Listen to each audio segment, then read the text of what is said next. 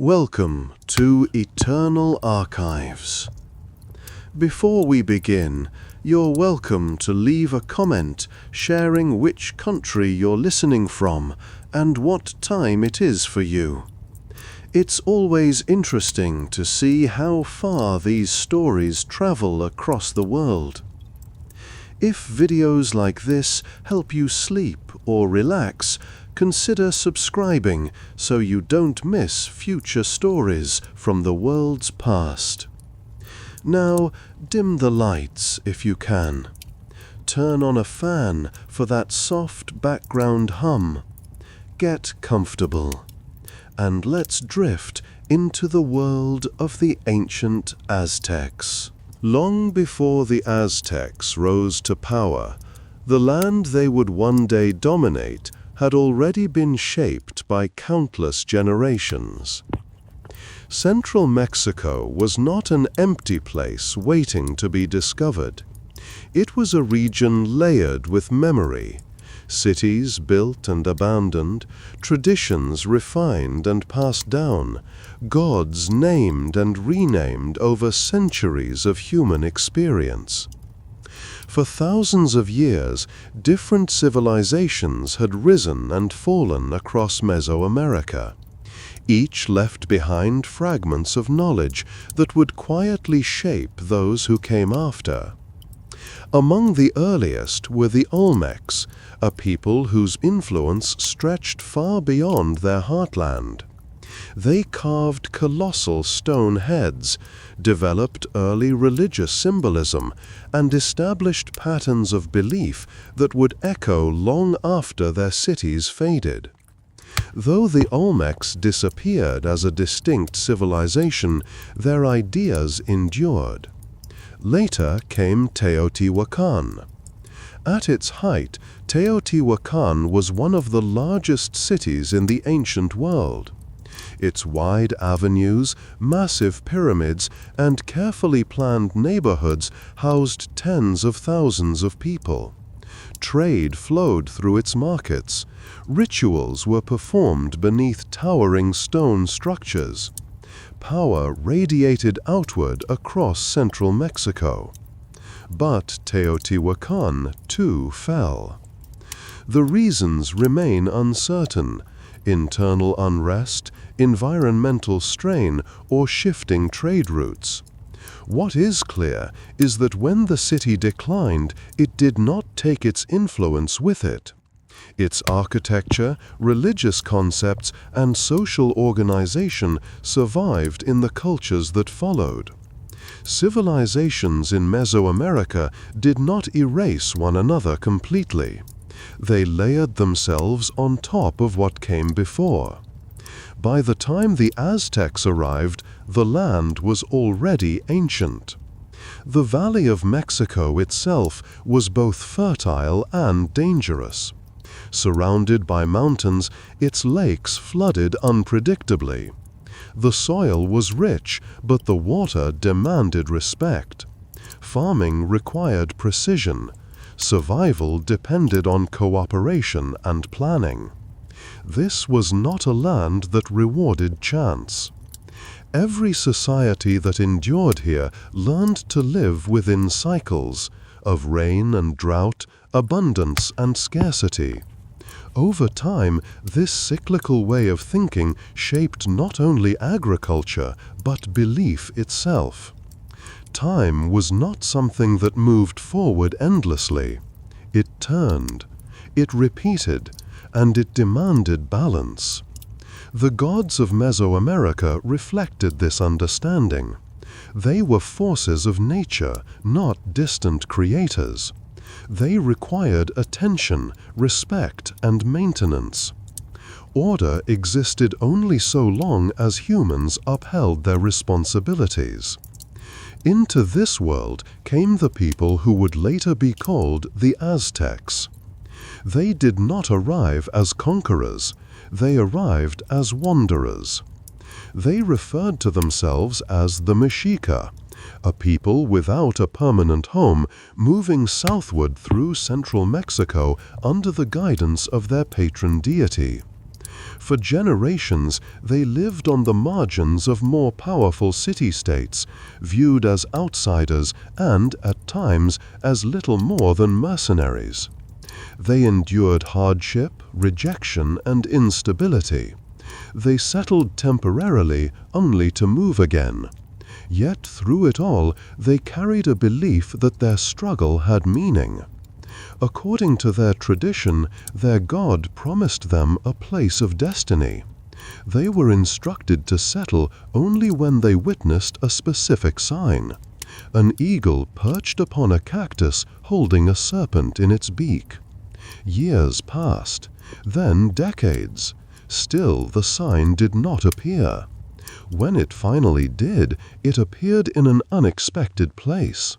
Not on dry land, not in a fertile valley, but on a small island in the middle of a vast lake. To others, the location seemed impossible. To the Mexica, it was sacred. They stayed. And in doing so, they began the transformation from wandering outsiders into one of the most powerful civilizations the Americas had ever known. The people who would come to be known as the Aztecs did not begin as rulers. For generations, they lived as wanderers. They called themselves the Mexica, a group without a permanent home, moving slowly through central Mexico under the guidance of their patron god, Huitzilopochtli. Their journey was not a straight line. It stretched across decades, marked by temporary settlements, broken alliances, and repeated rejection. Wherever they went, they were outsiders. Established city-states viewed the Mexica as rough and uncultured, useful only as laborers or mercenaries. They were allowed to settle briefly on the edges of more powerful societies, only to be pushed away again when tensions rose. Yet through this long period of instability, the Mexica carried a shared belief that their struggle had meaning. According to their tradition, their god had promised them a homeland. They were instructed to continue their journey until they witnessed a specific sign: an eagle perched upon a cactus, holding a serpent in its beak. Years passed, then decades. Still, the sign did not appear. By the early 14th century, the Mexica found themselves in the Valley of Mexico, surrounded by rival city-states far stronger than themselves. With few options remaining, they took refuge on a small, swampy island in the middle of Lake Texcoco. To others, the location seemed unlivable. The island was surrounded by water, prone to flooding, and offered little solid ground for construction. There were no natural defenses beyond the lake itself, and no fertile fields nearby. But for the Mexica, this place carried significance. It was here, according to their accounts, that they finally saw the sign they had been waiting for. An eagle stood atop a cactus growing from a rocky outcrop, just as their god had foretold. They did not see the lake as an obstacle. They saw it as confirmation. And so, in the year 1325, the Mexica chose to stay. They named their new settlement Tenochtitlan. At first, it was little more than a collection of huts built on unstable ground. But the Mexica adapted quickly. They learned to live with the water rather than fight it. They expanded the island by driving wooden stakes into the lake bed and filling the spaces between them with stone and soil. Over time, these artificial extensions hardened into solid ground. They built chinampas, narrow plots of land created by dredging lake sediment and anchoring it with vegetation. These floating fields allowed crops to grow year-round, turning the surrounding water into a source of abundance rather than limitation. Causeways were constructed to connect the island to the mainland. each carefully engineered with removable bridges. Canals were carved throughout the city, becoming a primary routes of movement and trade. Fresh water was brought in through aqueducts. Floods were controlled with dikes. Stone temples rose where reed huts once stood. What had begun as a desperate refuge slowly transformed into one of the most remarkable cities of the ancient world. Tenochtitlan grew not by chance, but by discipline. Every aspect of the city reflected order. Neighborhoods were organized by trade and social class. Markets operated with strict regulation. Religious spaces dominated the skyline, reminding all who lived there of their obligations to the gods. At the heart of the city stood the Templo Mayor, a towering pyramid dedicated to multiple deities. From its summit, priests conducted rituals believed to sustain the cosmos itself. As the city expanded, so did the confidence of its people. The Mexica were no longer wanderers. They were no longer tolerated outsiders. They had built something permanent, and in doing so, they laid the foundation for an empire. As Tenochtitlan grew, so too did the systems that governed daily life within it. The Aztec world was not chaotic. It was structured, ordered, and deeply regulated. Every person had a place, and every place carried responsibility. At the center of Aztec society stood the Tlatoani, the ruler of the city. He was not seen as a king in the modern sense, but as a speaker for the people and an intermediary between humans and the gods. His authority rested not only on power, but on ritual obligation and tradition. Beneath him was a complex hierarchy of nobles, priests, warriors, merchants, and farmers. Status was inherited in some cases, but it could also be earned. Achievement, especially in warfare and service to the state, allowed individuals to rise beyond their birth. Education was central to this system. All children, regardless of class, were educated. From an early age, boys and girls were taught discipline, humility, and endurance. Laziness was discouraged. Excess was frowned upon. Life was meant to be lived with restraint. Boys were prepared for labor, warfare, or priesthood depending on their path. Girls were trained in household management, weaving, and food preparation, skills considered essential to the stability of society. Punishments for disobedience were firm, but the goal was correction rather than cruelty. The Aztecs believed that suffering, when controlled, strengthened character and prepared individuals for the demands of adult life. Daily life in Tenochtitlan followed a steady rhythm. At dawn, the city stirred. Canoes moved through the canals carrying goods toward the great market of Tlatelolco. Farmers traveled from Chinampas with baskets of maize, beans, squash, and chili peppers. Artisans displayed pottery, tools, and finely crafted jewelry. The market was immense. Tens of thousands of people gathered there each day, exchanging goods under strict rules. Officials oversaw transactions to ensure fairness. Disputes were settled immediately. Theft was rare, not because it was impossible, but because the consequences were severe. Food was simple but nourishing. Maize formed the foundation of most meals, ground into dough and cooked into flat cakes.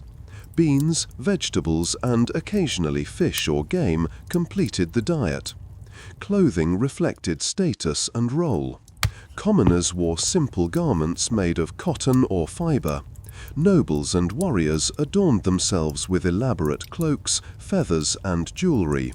Colors and patterns carried meaning, signaling rank and achievement rather than wealth alone. Religion was woven into every aspect of life. Homes contained small altars. Public spaces were oriented around temples. Festivals punctuated the calendar, marking agricultural cycles and cosmic events. Time itself was sacred. The Aztecs measured it through intertwined calendars that governed everything from planting seasons to ritual obligations. Each day carried significance. Each action existed within a larger cosmic pattern. This constant awareness of time and duty shaped behavior. People were not encouraged to pursue individual happiness. They were encouraged to fulfill their role. To live well was to live correctly, and for many, the highest form of service lay not in farming or trade, but in war. In the Aztec world, the warrior held a unique and respected place.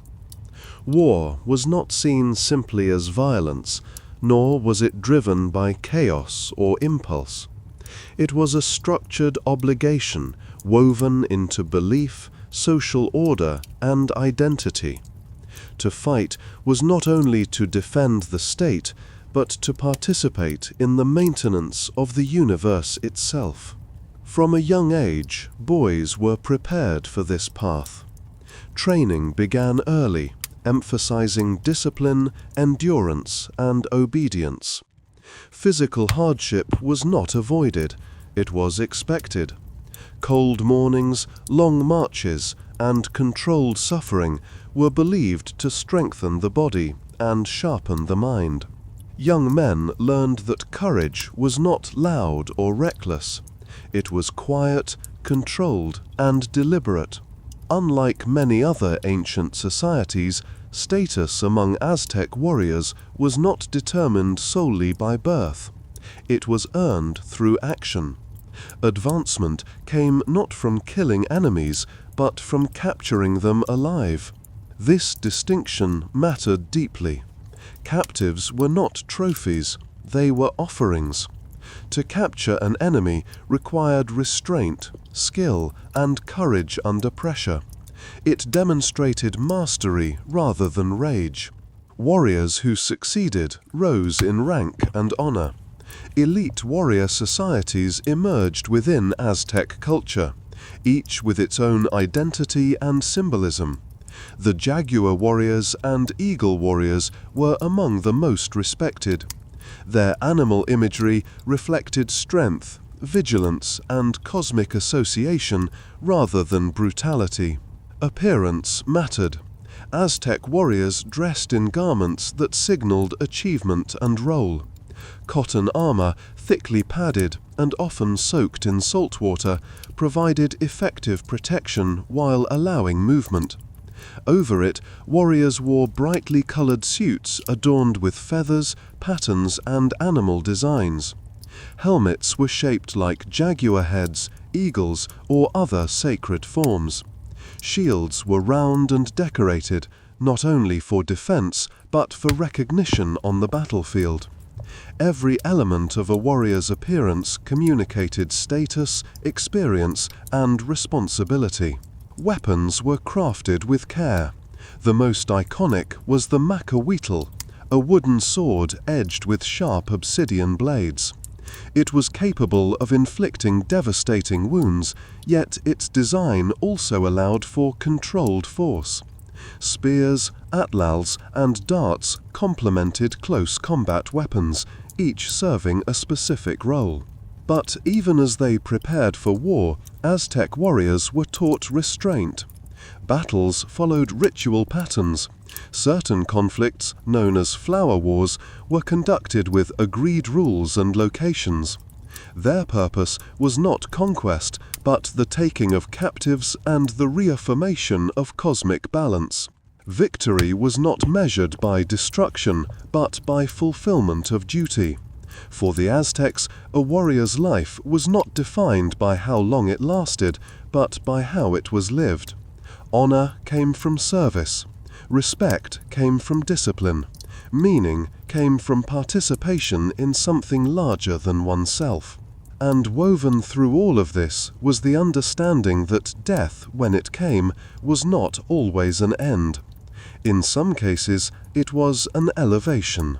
To understand the Aztecs, it is impossible to separate daily life from ritual.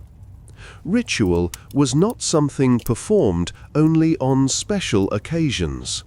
It was a constant presence, woven into the structure of the world as the Aztecs understood it. Every action, from planting crops to marching into war, existed within a network of obligations to the gods. At the center of this belief system was the idea of balance. The Aztecs believed that the universe was sustained through exchange. The gods had sacrificed themselves to set the world in motion, and in return, humans were expected to give back. Life was not free. It was borrowed. If the gods were neglected, the consequences would not be symbolic. The sun might fail to rise. Crops could wither. Rain might never come. Chaos would return. Ritual, therefore, was not optional. It was maintenance. Among the many rituals practiced by the Aztecs, none has drawn more attention than sacrifice. Yet within Aztec society, sacrifice was not understood as cruelty or punishment. It was understood as service. Those chosen for ritual roles were not viewed as disgraced. They were prepared, honored, and placed at the center of public ceremony. Music, incense, and processions accompanied these events, creating an atmosphere of solemnity rather than fear. For the community, these moments were collective acts. People gathered not to witness suffering, but to affirm their shared responsibility to the gods and to one another. Rituals followed strict rules passed down through generations.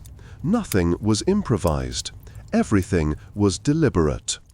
In this context, sacrifice was not hidden away. It was visible, formal, and sacred. Warriors who captured enemies understood this responsibility deeply. To bring a captive back to the city was not merely a sign of martial success. It was a fulfillment of duty. The warrior became a participant in the survival of the world itself. Preparation for ritual could last days or even weeks.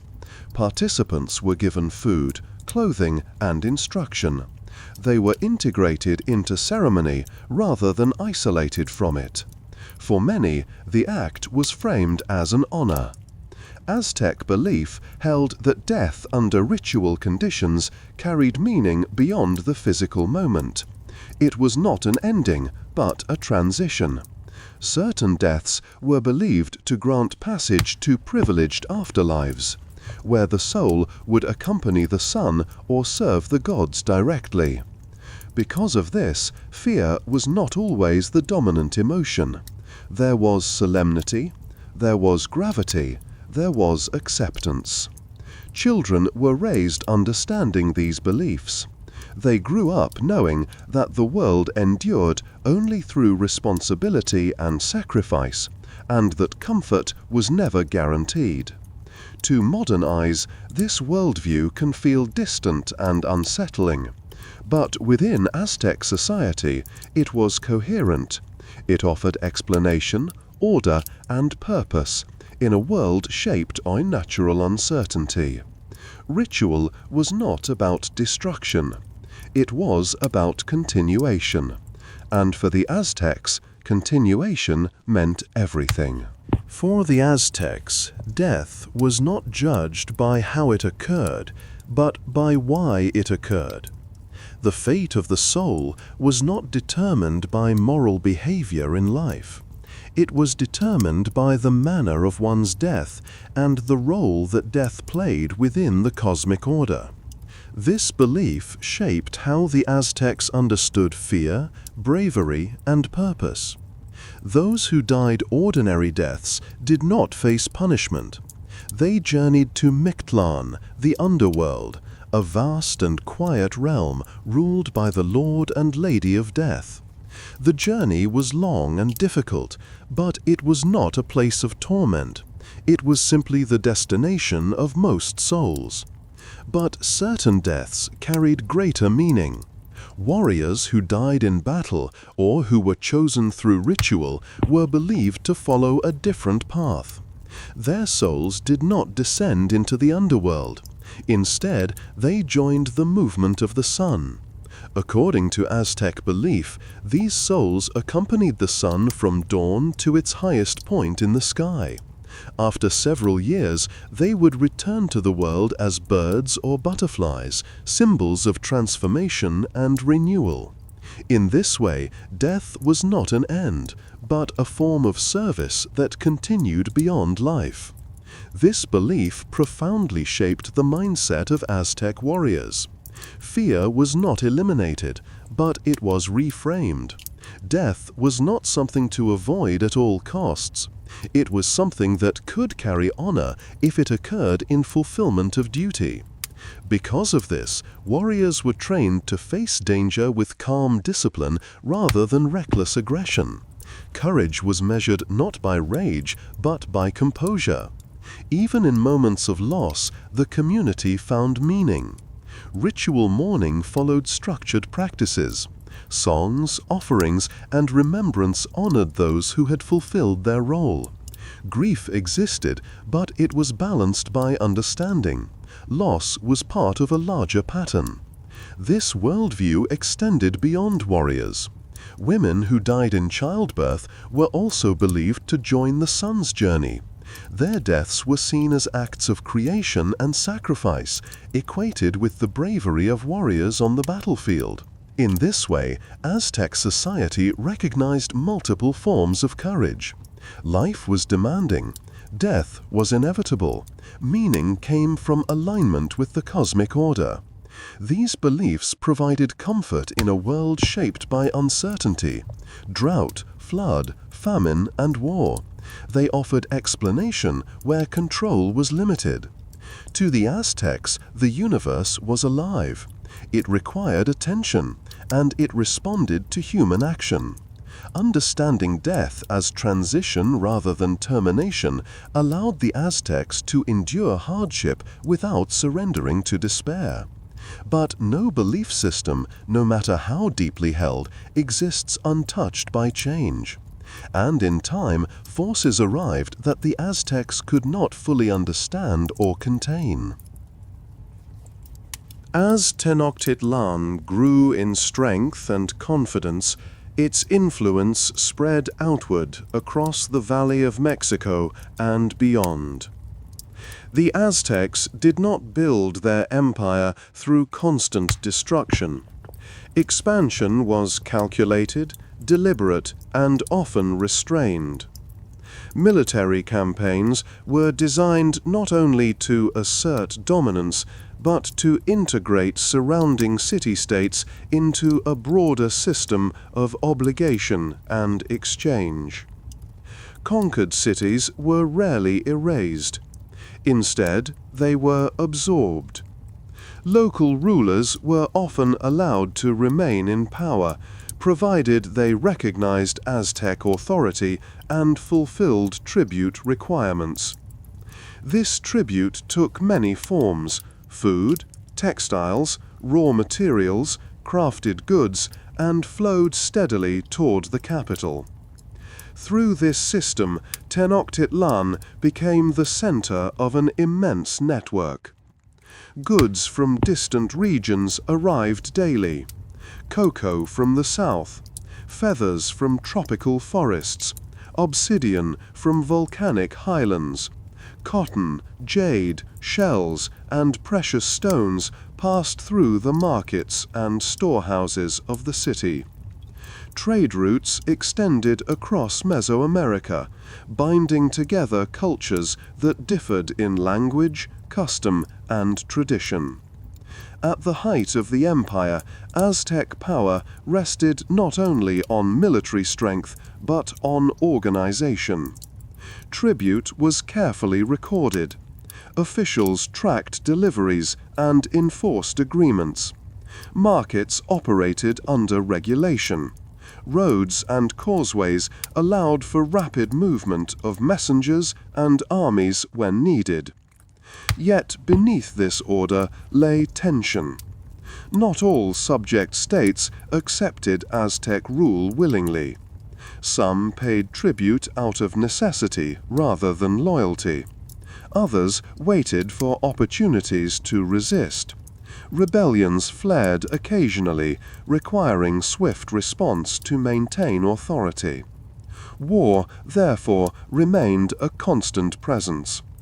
But even at its height, Aztec expansion was bounded by belief. Conquest served purpose only so long as it reinforced balance. Total annihilation was rarely the goal. Stability mattered more than destruction. Within Tenochtitlan itself, life reflected this growing power. Temples grew larger. Ceremonies became more elaborate. Festivals marked victories and reaffirmed devotion to the gods.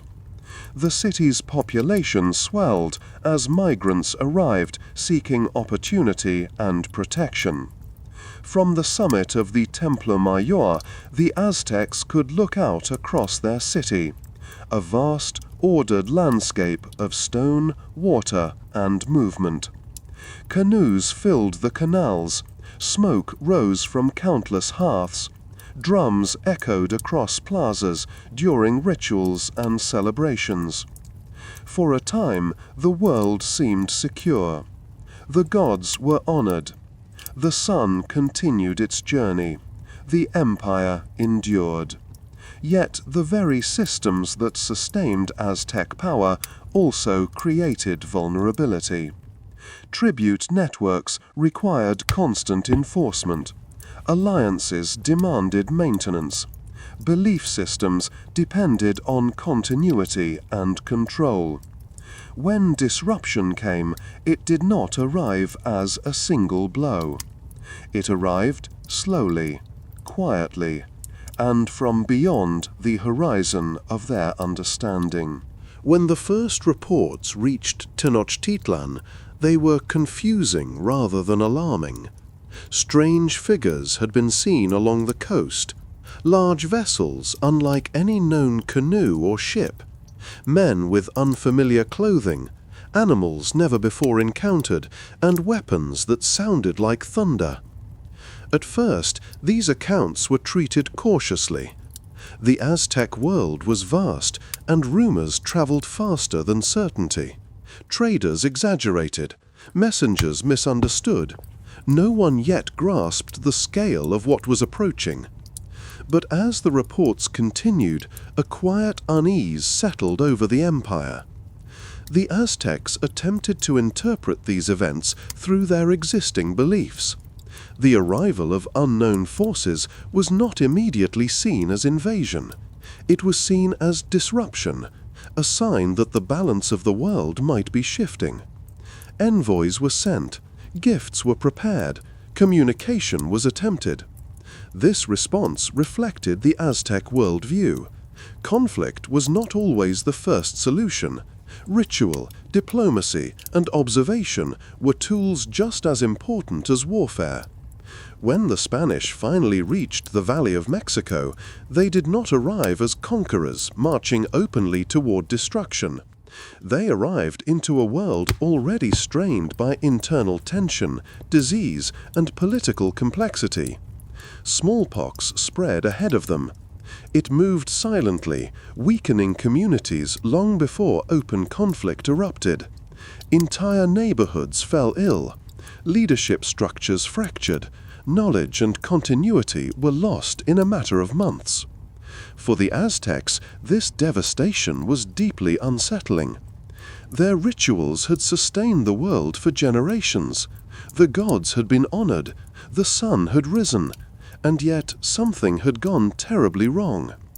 As alliances shifted and resistance grew, confusion replaced certainty.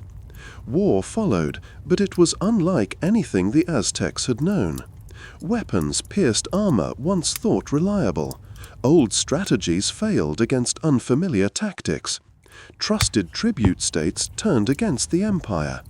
Tenochtitlan, once a city of movement and sound, became isolated. Causeways that had carried life into the city now carried threat. Canals that once reflected order echoed with uncertainty. When the city finally fell, it did not collapse in a single moment. It unraveled. Temples were dismantled. Ritual spaces were destroyed. Belief systems that had governed life for centuries were interrupted abruptly, without transition. For those who survived, the world they understood was gone. Not defeated in the way of ritual war, but erased.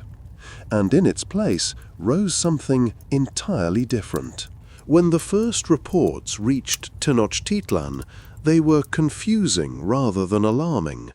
Strange figures had been seen along the coast, large vessels unlike any known canoe or ship, men with unfamiliar clothing, animals never before encountered, and weapons that sounded like thunder. At first, these accounts were treated cautiously. The Aztec world was vast, and rumors traveled faster than certainty. Traders exaggerated, messengers misunderstood. No one yet grasped the scale of what was approaching. But as the reports continued, a quiet unease settled over the empire. The Aztecs attempted to interpret these events through their existing beliefs. The arrival of unknown forces was not immediately seen as invasion. It was seen as disruption, a sign that the balance of the world might be shifting. Envoys were sent, gifts were prepared, communication was attempted. This response reflected the Aztec worldview. Conflict was not always the first solution. Ritual, diplomacy, and observation were tools just as important as warfare. When the Spanish finally reached the Valley of Mexico, they did not arrive as conquerors marching openly toward destruction. They arrived into a world already strained by internal tension, disease, and political complexity. Smallpox spread ahead of them. It moved silently, weakening communities long before open conflict erupted. Entire neighborhoods fell ill. Leadership structures fractured. Knowledge and continuity were lost in a matter of months. For the Aztecs, this devastation was deeply unsettling. Their rituals had sustained the world for generations. The gods had been honored. The sun had risen. And yet something had gone terribly wrong. As alliances shifted and resistance grew, confusion replaced certainty. War followed, but it was unlike anything the Aztecs had known. Weapons pierced armor once thought reliable. Old strategies failed against unfamiliar tactics. Trusted tribute states turned against the empire. Tenochtitlan, once a city of movement and sound, became isolated. Causeways that had carried life into the city now carried threat. Canals that once reflected order echoed with uncertainty. When the city finally fell, it did not collapse in a single moment. It unraveled. Temples were dismantled. Ritual spaces were destroyed. Belief systems that had governed life for centuries were interrupted abruptly, without transition. For those who survived, the world they understood was gone. Not defeated in the way of ritual war, but erased. And in its place rose something entirely different. After the fall of Tenochtitlan, silence followed. The canals that once carried endless movement grew still. Markets emptied. Temples that had anchored the city's rhythm were dismantled, their stones repurposed to build something unfamiliar atop the ruins. For those who survived, the loss was not only physical, it was conceptual. The Aztec world had been ordered, cyclical, and meaningful. Time had structure, duty had purpose, ritual had maintained balance. With the collapse of that system, people were left to navigate a reality that no longer aligned with everything they had been taught to understand. The gods fell quiet. Calendars lost their authority. Ceremonies ceased. The rhythm of life was interrupted without explanation. Yet, the Aztecs did not vanish. Their language endured. Their descendants continued to farm the land, raise families, and carry fragments of belief forward in quieter forms. Customs adapted. Stories changed. Memory survived where monuments could not. Even today, traces of the Aztec world remain embedded in modern life. Words, foods, agricultural practices, and traditions carry echoes of a civilization that once organized its entire existence around balance and obligation. The Aztecs were not simply warriors or rulers. They were builders of systems, keepers of time, participants in a universe they believed required care. To modern eyes, their world can feel distant and difficult to reconcile, but within its own logic, it was complete. It answered the questions that mattered most to those who lived within it. Why are we here? What do we owe the world? And how do we endure uncertainty? The Aztecs answered these questions through ritual, duty, and belief. Their world ended, but their presence did not. And as with so many civilizations before them, their story reminds us that human societies are not defined only by how they fall, but by how deeply they once believed in the order they built. After the fall of Tenochtitlan, the world did not end all at once. It changed quietly. Stone by stone, the city that had once risen from the lake was dismantled. Temples were taken apart and reused. Causeways that had carried generations of footsteps were altered. The water that once reflected towering pyramids now reflected unfamiliar structures built atop older foundations. For those who lived through this transformation, the loss was not only of buildings or power, it was a loss of meaning. The Aztec world had been governed by cycles. Time was measured, ordered, and predictable. Days carried names and destinies. Rituals marked transitions between seasons, lives, and cosmic phases. Every action existed within a larger framework that explained why the world continued to move. When that framework collapsed, uncertainty took its place. Calendars lost their authority.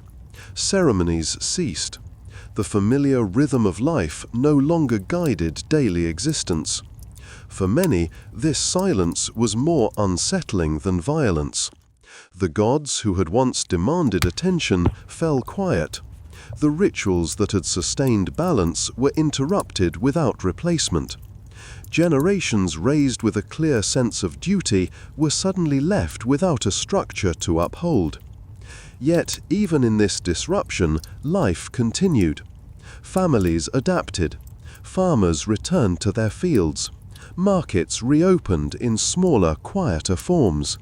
Language survived where monuments could not. Knowledge passed from parent to child, altered but not erased. The Aztecs did not disappear. They endured in fragments. Their descendants continued to live in the Valley of Mexico, carrying forward memory through speech, food, and custom. Words from the Nahuatl language entered daily use. Crops cultivated on chinampas continued to feed communities. Songs, symbols, and beliefs persisted quietly, reshaped by time. Even the city itself did not vanish. modern Mexico City stands directly atop the remains of Tenochtitlan. Beneath its streets lie canals long filled in. Beneath its buildings rest stones once shaped for temples and palaces. The past is not gone, it is layered. The Aztecs were not defined solely by their end. They were builders of a world that functioned according to its own logic, a world where duty mattered more than comfort, where belief structured reality, where sacrifice was understood not as destruction, but as participation in something greater.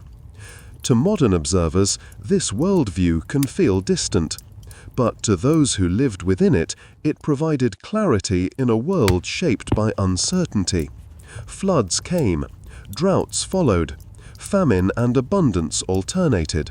Through it all, the Aztecs believed the universe endured because humans fulfilled their role within it. Their story is not one of mystery alone.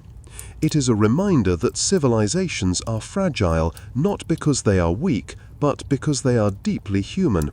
They rise through cooperation, belief, and shared meaning, and they fall when those structures are disrupted beyond repair. Yet, even then, something remains: memory, language, presence. The Aztec world ended, but its people did not vanish into silence.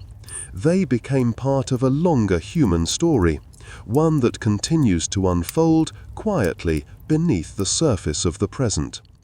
And as we drift away from their world tonight, we're left not with spectacle or judgment, but with reflection on belief, on duty, and on how deeply humans have always searched for meaning in the face of uncertainty. After the fall of the Aztec Empire, life did not pause to reflect on what had been lost. People adapted because they had to.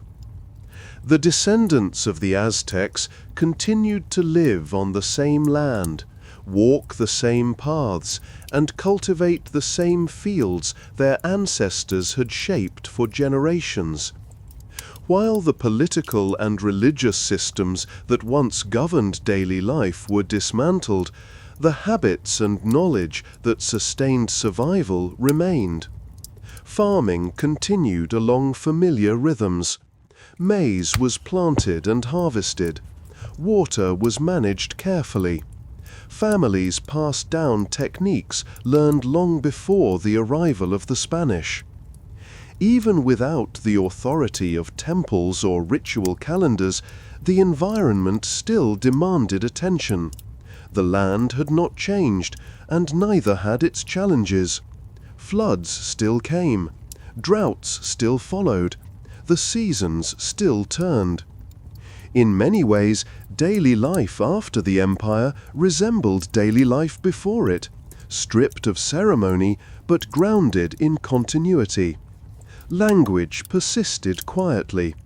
Nahuatl, the language of the Aztecs, continued to be spoken in homes and communities. Words carried meanings shaped by an older worldview, even as the structures that once supported that worldview faded. Stories survived as well, not as official histories carved in stone, but as memories told within families. Accounts of ancestors, migrations, wars, and rituals softened over time, but they did not disappear. They adapted, blending with new beliefs and circumstances. The memory of warriors endured in particular ways. Though the warrior societies no longer existed as formal institutions, the idea of discipline, endurance, and honor continued to shape identity. Strength was still valued. Composure in hardship was still respected. The idea that life required responsibility did not vanish with the empire. What changed was expression.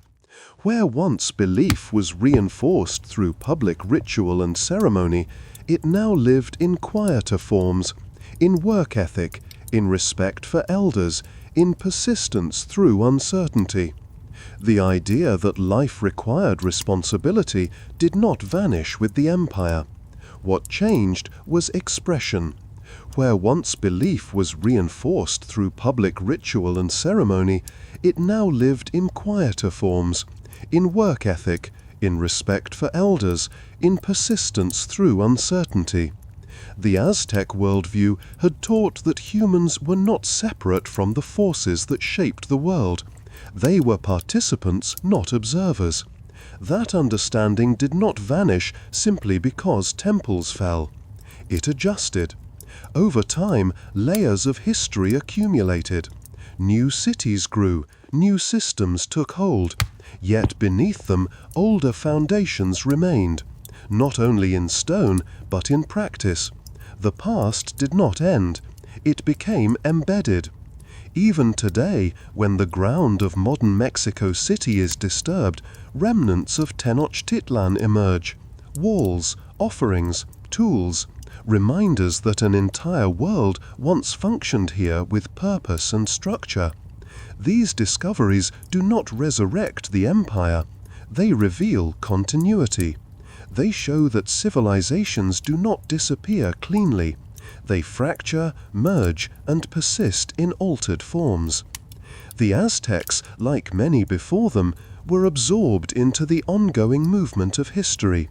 Their beliefs no longer governed the cosmos, but their influence remained present, quiet, layered, and enduring. And through this persistence, the Aztec world continues to exist not as an empire, but as memory, practice, and presence. After the fall of the Aztec Empire, life did not pause to reflect on what had been lost. People adapted because they had to. The descendants of the Aztecs continued to live on the same land, walk the same paths, and cultivate the same fields their ancestors had shaped for generations. While the political and religious systems that once governed daily life were dismantled, the habits and knowledge that sustained survival remained. Farming continued along familiar rhythms. Maize was planted and harvested. Water was managed carefully. Families passed down techniques learned long before the arrival of the Spanish. Even without the authority of temples or ritual calendars, the environment still demanded attention. The land had not changed, and neither had its challenges. Floods still came. Droughts still followed. The seasons still turned. In many ways, daily life after the empire resembled daily life before it, stripped of ceremony but grounded in continuity. Language persisted quietly. Nahuatl, the language of the Aztecs, continued to be spoken in homes and communities.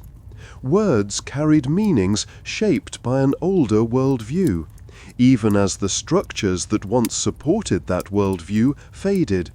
Stories survived as well, not as official histories carved in stone, but as memories told within families. Accounts of ancestors, migrations, wars, and rituals softened over time, but they did not disappear. They adapted, blending with new beliefs and circumstances. The memory of warriors endured in particular ways. Though the warrior societies no longer existed as formal institutions, the idea of discipline, endurance, and honor continued to shape identity. Strength was still valued. Composure in hardship was still respected. The idea that life required responsibility did not vanish with the empire. What changed was expression. Where once belief was reinforced through public ritual and ceremony, it now lived in quieter forms, in work ethic, in respect for elders, in persistence through uncertainty. The idea that life required responsibility did not vanish with the empire. What changed was expression.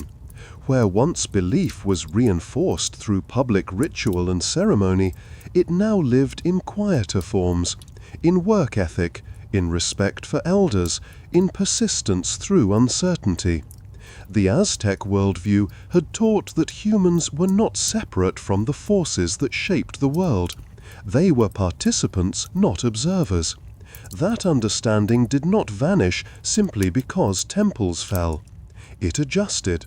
Over time, layers of history accumulated. New cities grew, new systems took hold. Yet beneath them, older foundations remained, not only in stone, but in practice. The past did not end. It became embedded. Even today, when the ground of modern Mexico City is disturbed, remnants of Tenochtitlan emerge. Walls, offerings, tools, reminders that an entire world once functioned here with purpose and structure. These discoveries do not resurrect the empire. They reveal continuity. They show that civilizations do not disappear cleanly. They fracture, merge, and persist in altered forms. The Aztecs, like many before them, were absorbed into the ongoing movement of history. Their beliefs no longer governed the cosmos, but their influence remained present, quiet, layered, and enduring. And through this persistence, the Aztec world continues to exist not as an empire, but as memory, practice, and presence. As generations passed, the memory of the Aztec Empire changed shape. What had once been lived experience became inherited understanding. Children learned about the old world not through direct participation, but through fragments, stories told by elders, customs embedded in daily routines, and landmarks whose original meaning had softened with time. Power no longer flowed through temples or ritual calendars. It flowed through new systems imposed from outside the Aztec worldview. Yet adaptation did not mean complete submission. Communities learned how to exist within overlapping realities. Public life adjusted to new authorities, new laws, and new expectations. But private life often retained older rhythms. Language spoken at home carried concepts that did not translate cleanly into the new order. Agricultural practices continued according to knowledge refined long before conquest. In this way, the Aztec world did not vanish. It receded into layers. Memory became selective. Certain aspects of the past were emphasized, others allowed to fade. Warrior traditions lost their formal structure, but the values associated with them, discipline, endurance, composure, continued to influence identity. Ritual transformed, becoming less visible but no less meaningful. Belief adapted rather than disappeared. Old gods were no longer openly worshipped, yet the sense that the world required balance persisted. Nature was still respected as something powerful and unpredictable. Rain, drought, and harvest were still treated with seriousness, even if the language surrounding them changed. This process was not unique to the Aztecs. Throughout history, civilizations that undergo abrupt disruption rarely disappear entirely. Instead, they reshape themselves in quieter forms, preserving what is useful for survival and allowing other elements to dissolve. For the Aztecs, this meant carrying forward a worldview shaped by responsibility rather than dominance. They had believed that humans existed within a larger system, not above it. That idea remained relevant even as the structures that once enforced it collapsed. Over time, historians, chroniclers, and observers attempted to record the Aztec past. But these accounts were incomplete, filtered through unfamiliar perspectives and limited understanding. Much of what was written focused on spectacle rather than context. What was lost was nuance. The Aztecs were often reduced to symbols, warriors, rituals, temples, detached from the systems that gave those elements meaning. Yet beneath those surface impressions lay a society built on order, discipline, and coherence. Understanding this requires patience. It requires moving slowly through history, allowing complexity to exist without forcing resolution. The Aztec world cannot be understood through a single moment or event. It must be approached as a continuum before, during, and after empire. And as we continue forward through that continuum, the story shifts again, from lived memory to studied history, from inherited practice to rediscovered past. The Aztecs become something else. They become a civilization remembered. When we step back and look at the Aztec world as a whole, a clearer picture begins to form. The Aztecs were not defined by a single ritual, a single war, or a single moment of collapse. They were shaped by the environment they lived in, the beliefs they inherited, and the responsibilities they believed they carried. They built a city where water and stone met, not because it was easy, but because it was meaningful. They organized their society around discipline, education, and obligation, believing that order did not arise naturally, but had to be maintained through effort.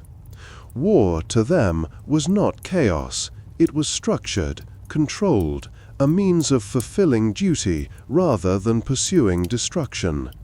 Warriors were trained not simply to fight, but to act with restraint, composure, and purpose. Ritual was not spectacle, it was continuity.